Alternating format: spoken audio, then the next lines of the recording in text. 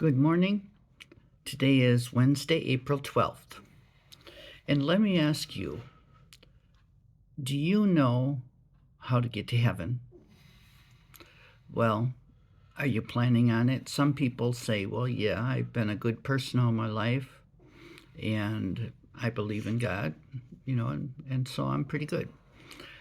Well, in Matthew chapter 7, verse 13 through 20, Jesus talks a little bit about this, and he really wants you to pay attention because he uses some pretty sharp words.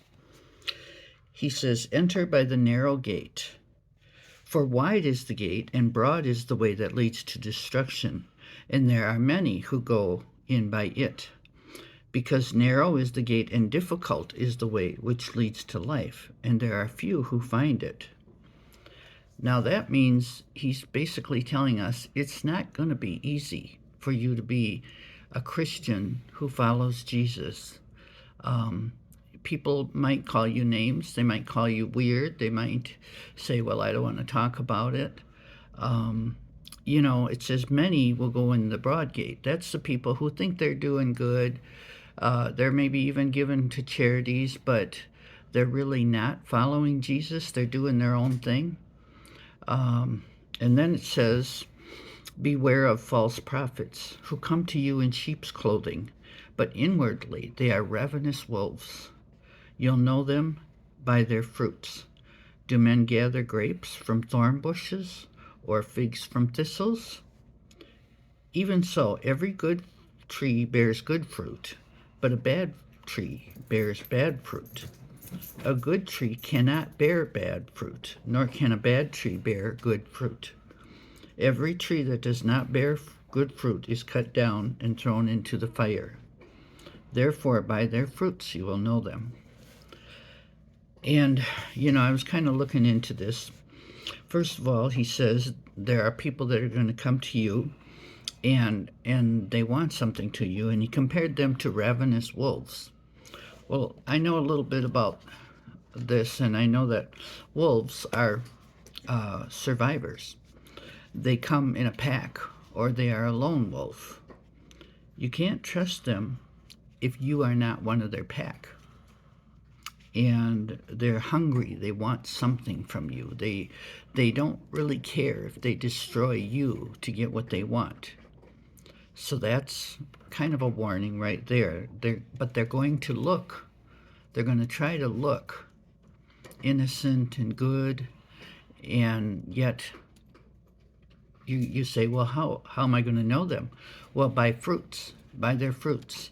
If they're giving out, and I often look at the words people are saying, because eventually their words will tell who they really are.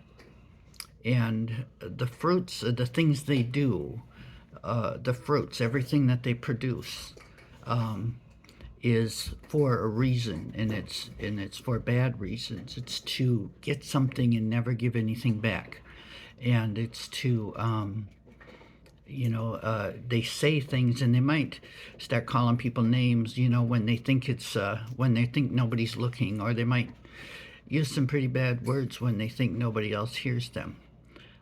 They're very charming and look good on the outside, but on the inside, what's in there, because what's ever in there will eventually come out. And that's the best I can tell you, is to listen to them, look at their lives. They might be very rich, but how did they get it? Do they believe in hurting other people,